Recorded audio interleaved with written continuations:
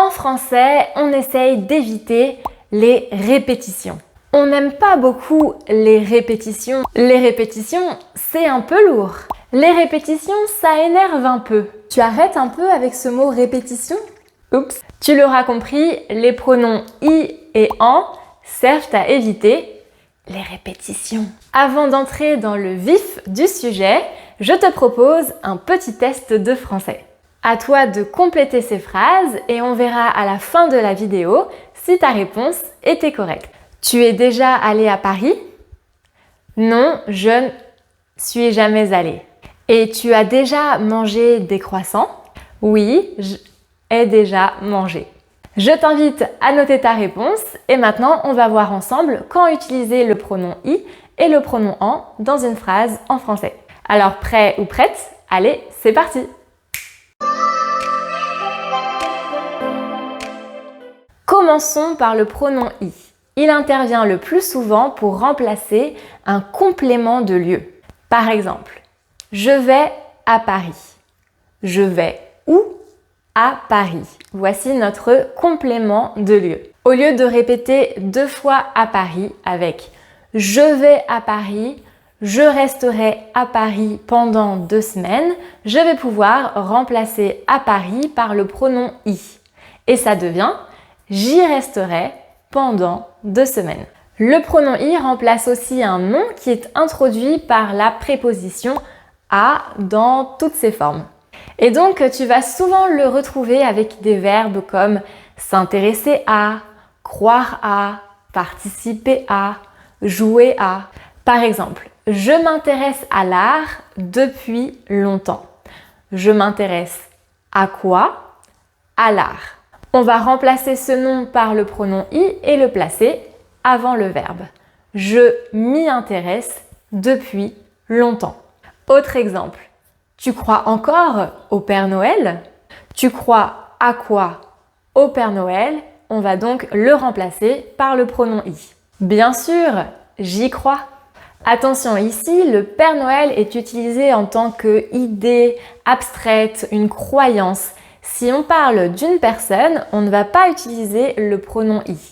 Par exemple, je pense à mes parents. Je pense à qui? À mes parents. Ici, on ne va pas utiliser le pronom i et donc on ne dit pas j'y pense, mais je pense à eux, effectivement. Voyons maintenant ensemble 3 expressions avec ce pronom. La première qu'on utilise très souvent, c'est allez, on y va. Allez, c'est parti. On y va, let's go. On utilise aussi très souvent l'expression ça y est.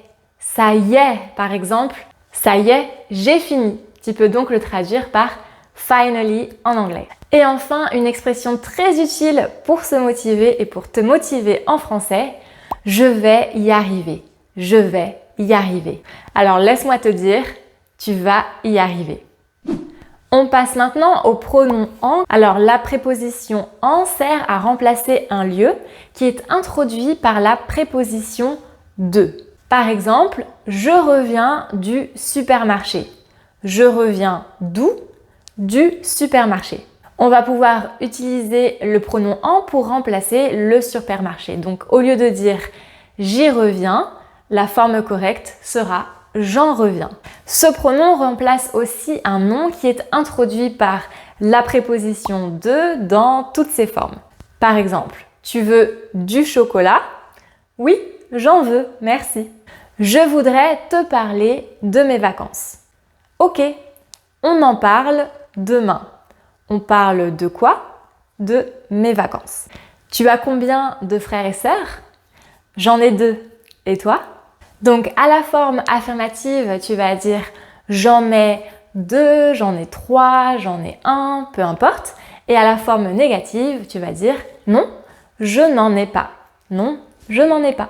On remplace aussi un nom qui est introduit par une quantité ou un adverbe de quantité. Par exemple, j'ai acheté 3 croissants hier. Il n'en reste plus qu'un aujourd'hui. Il n'en reste plus qu'un aujourd'hui. Même chose que pour le pronom i, le pronom en ne remplace pas une personne. Dans ces cas-là, on utilise un pronom tonique. Tu parles de notre professeur de français. Tu ne vas pas dire « oui, j'en parle », tu vas dire « oui, je parle d'elle ». Voici maintenant 3 expressions très courantes que tu vas retrouver avec ce pronom en français. La première, c'est « s'en aller ». Bon bah salut, je m'en vais. Les Français râlent beaucoup et on dit souvent « j'en ai marre », en avoir marre. J'en ai marre de ce travail, j'en ai marre. Et enfin, j'en peux plus que tu vas retrouver dans différentes situations. Par exemple, si tu as terminé de manger et qu'on te demande si tu veux être resservi, tu peux dire non merci, j'en peux plus, j'ai fini. Ou par exemple, si tu viens de faire un effort sportif, tu fais de la randonnée, tu vas dire on fait une pause, j'en peux plus, j'en peux plus. Maintenant que tu sais utiliser correctement ces pronoms, voyons ensemble la réponse au petit test du début de la vidéo. Pour rappel, voici les phrases que tu devais compléter. Alors, roulement de tambour, voici la réponse. Tu es déjà allé à Paris? Non, je n'y suis jamais allé. Tu as déjà mangé des croissants? Oui, j'en ai déjà mangé. Dis-moi dans les commentaires si tu avais la bonne réponse au test et si tu as maintenant compris l'utilisation de ces pronoms en français. J'espère que cette vidéo t'a plu. Je te laisse avec plein d'autres vidéos pour t'aider à améliorer ton français. Et moi je te dis à très bientôt!